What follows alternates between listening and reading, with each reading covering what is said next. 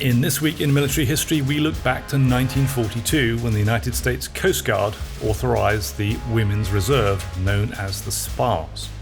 While the Coast Guard had accomplished a great deal since 1790 without taking women into its enlisted or officer ranks, World War II changed the course of history for women in all the armed services.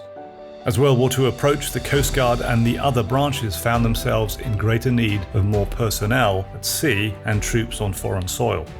The military acknowledged the benefit in filling US shore jobs with women, resulting in President Franklin D. Roosevelt signing and approving legislation that created another branch of the US Coast Guard, one that would pave the way for all military women of today, the US Coast Guard Women's Reserve.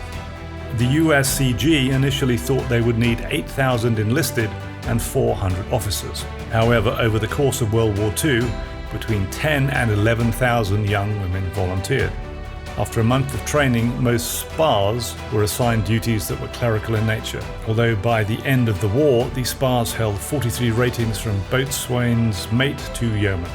Despite the growth and accomplishments of the women who served, the Women's Reserve was not established as a permanent branch.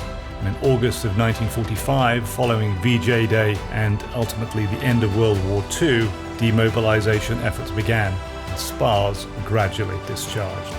On June 30th, 1946, SPAR demobilization efforts were completed and the 10,000 plus members of the Coast Guard Women's Reserve departed service with patriotism, faithfulness and pride, knowing that they had inspired and paved the way for future generations of women to serve.